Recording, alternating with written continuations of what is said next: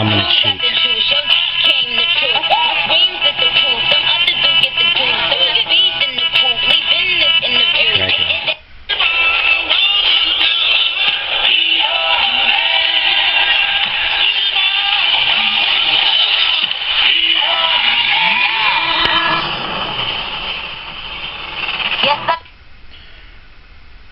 Infinite energy. The Earth is based on magnetivity. Magnetivity is based on the polarization of metals. Metals of a construct that maintain a certain polarity between them that allow them to attract and or repel themselves. Thus makes density within more dense. Is combined with the moving of the Earth and the orbit of the Earth versus the Sun causes there to be what is known as a gravitational pull with a heavier concentration of substances that can be magnetized. The greater the magnetic activity, the more energy can be used to create a gravitational pull and or create wavelengths. As all substances have life at the smallest level, even the rocks move, even the sand has life, the Earth has life. Now the Earth is sitting on a major amount of energy because we have removed the striation between it that allows it to glide. The Earth is supposed to glide because it's like tree bark, and at one time it was so much larger. If the water were to go in, the Earth would grow out, but then there'd be no water for us, and it'd be on the inside. It would fill in all the places that we've removed. We do not want that, because all that will be left then is salt. The Earth won't want it, and it'll create more volcanoes, because the water will push the resources through, bringing up the oils. Oil, which is a substrate which has chemical properties within it that allow it to be burned because the hydrocarbons within it and hydrofluorocarbons created from it go into the atmosphere and come back down upon us as matter cannot be made nor destroyed in a matter of thoughts of that. What needs to be done is that a core rod needs to go into any of the tectonic plates at the area of the tectonic plates in a 5-part syndrome. When you put it in the 5-part syndrome, you allow yourself to have what's called a lightning strike area. But you have to remember that lightning leaves the ground and goes to the sky, and it can only reach the sky underneath the right proportions of the sky with the magnetivity between the sky and the Earth. So when you want that energy to come forth, you need to just draw it. How do you draw out the energy from the Earth? You draw it out by sound. Sound of waves of length are the same waves that are reactive of the harmoniousness of it. As all of what passes through everything is supposed to be prevented to pass through, those squid on the ocean layer were preventing the passing through of a large amount of sunlight. Now the Earth is heating up underneath it, and we are creating a greater amount of energy. My plan to remove that is to create lightning catchers. It is an amazing process that I've been working on for a long time, and it involves using a dodecahedron and a encapsulation layer in order to take the lightning and force it to come from the ground and repel itself, and in order to discharge, we'll bring it into these very, very, very, very unique generators that will start off with when it comes up, the energy will hit the dodecahedron. It'll come out, it'll look like a light bulb, just like when you put your hand on the outside of it and the electricity leaves to your hand. However, the electricity will not leave into your hand, it will leave into superconductive areas of low density metals that allow the electricity to leave only at a certain rate, with fuses and whatnot. Expectations of explosion? Absolutely. Meltdowns? Truth. Yes, expected. However, the idea is to remove the energy from the Earth, from the tectonic plates from moving, in order to have the reducing of snapping and at the same time to take the energy. Now, the problem is that even when I create those generators that will allow the spin down reverse back of the energy so that way we can use it, we're going to have to store it. The storing of energy can be done in crystalline form. The reason why it can be done in a crystalline form is because the crystalline form has the most amount of room in it to handle the most amount of H of all into it before the construct of it liquefies and then it becomes flammable. Now, you have to imagine that all of everything is flammable and that it is all burning very slowly. It is just degradation of materials. Crystalline forms are able to absorb a higher amount of intensity. If the crystalline form was never exposed to anything and it wasn't allowed to change its charge from the polarity it is, you could essentially put as much energy into one crystalline form until it explodes and then store it. So, it is not impossible to remove the energy from the Earth that is created by the moving of the plates, thus reducing the energy in the Earth, because the heat and the constraints, while we put back into the Earth what we've removed and move on from where we're at in order to protect what we've done, it may not change everything. However, it could, should, most likely will, with enough smart people helping me, be able to create unlimited energy for free.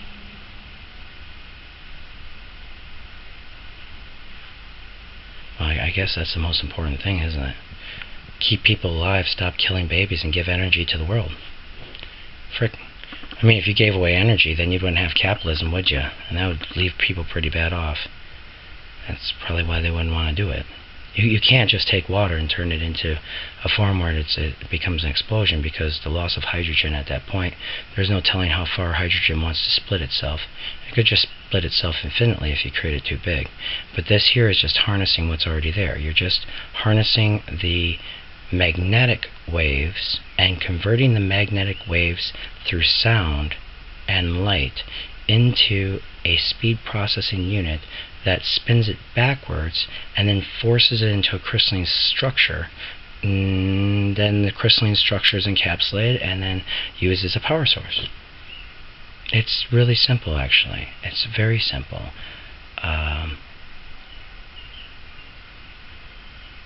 That's my solution for that.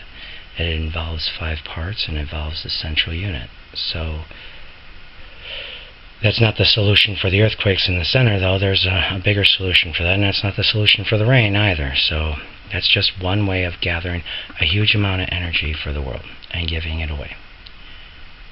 Electrical energy is an energy that is made of light.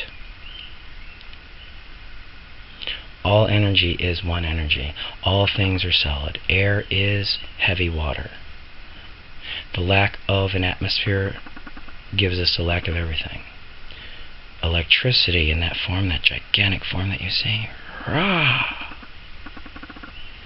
is not more powerful than the thought processes and the sounds of man. There is one sound that can stop all.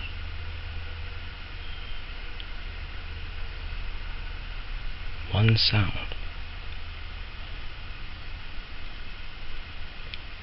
Okay? You just have to be able to remove it. You have to.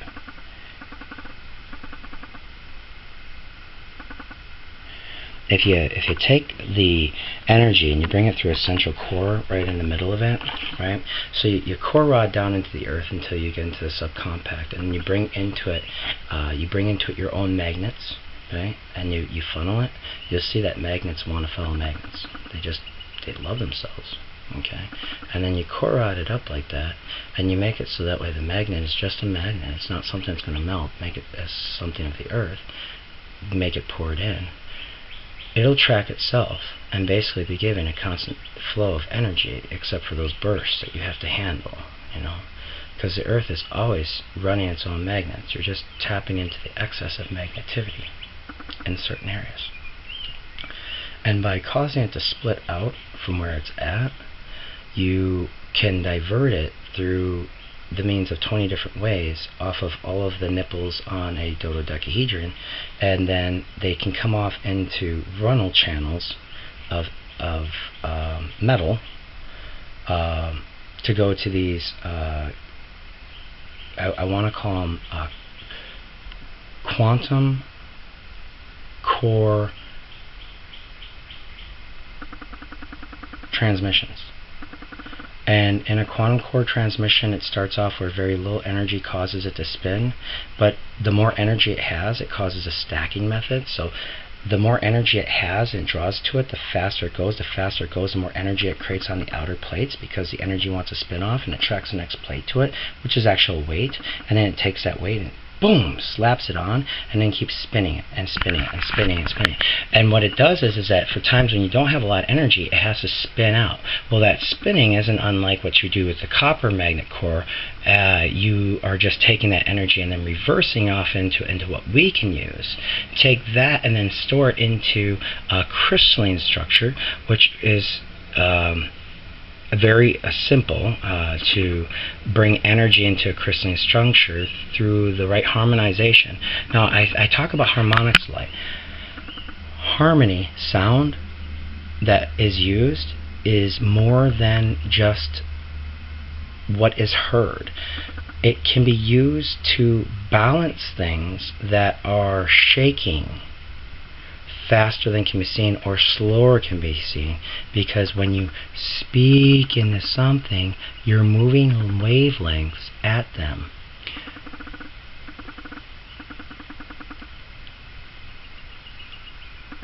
I don't think that our resources of oil are going to last much longer. I don't think that OPEC was lying, and I don't think that there is an unlimited resource. I think that solar energy is great, and I love wind energy. I recognize the need for us to get in harmoniousness of it all. The Earth is an energy unit that we waste. We waste. The mother groans, and when the mother groans, everyone gets sick. We all get sick. And imagine if this works.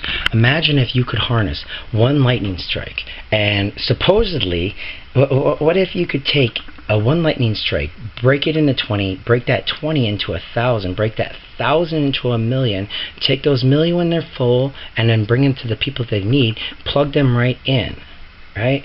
Then what? Then you go to the beaches of Africa and you just drag salt sand, and you just drag salt sand through the water of the ocean, right? You drag salt sand through the water of the ocean, reducing the salinity and using the water, and then all of a sudden, what do you got? Bingo to bango, Africa's got water. Africa's got water, and what? Okay? If you have to use a crystalline form, what a better place to get crystalline form from? It all plays into each other. If we have enough energy, we can create enough water. If we can create enough water, we can give to enough people. It's not about changing people's religions or changing people's ideas or concepts. It's about using what we have, giving thanks for what we're given, apologizing when we don't share, and then giving back. That's it. We're all going to die. Your flesh and my flesh is of the flesh. It's of the flesh. Oh, yeah.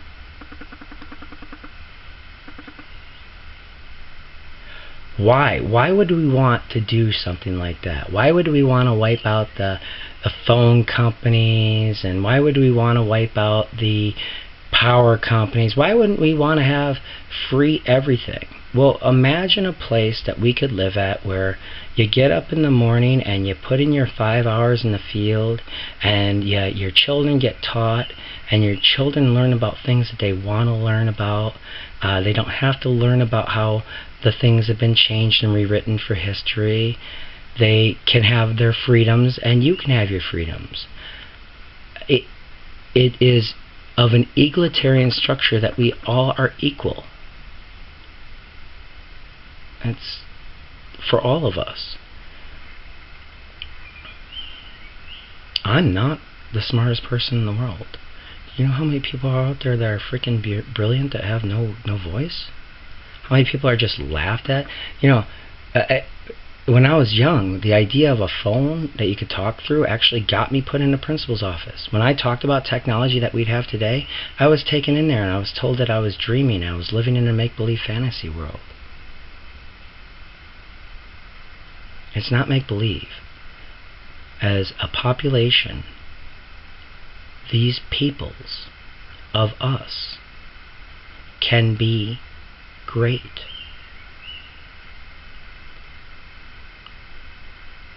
And that's where I'm at with it.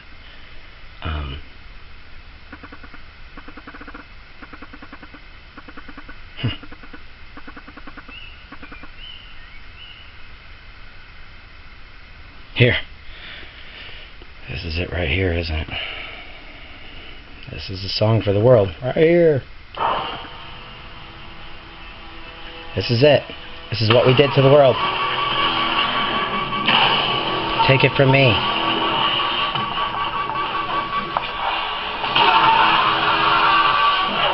Better start giving back to everyone. Because you know what? I'm not going to protect the rich when they come across. I'm joining. I've been oppressed too.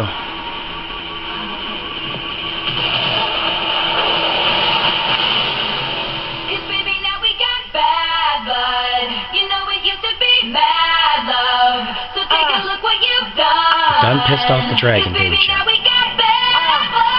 Everyone should pray. I can't take it back. Look where I'm at. We went on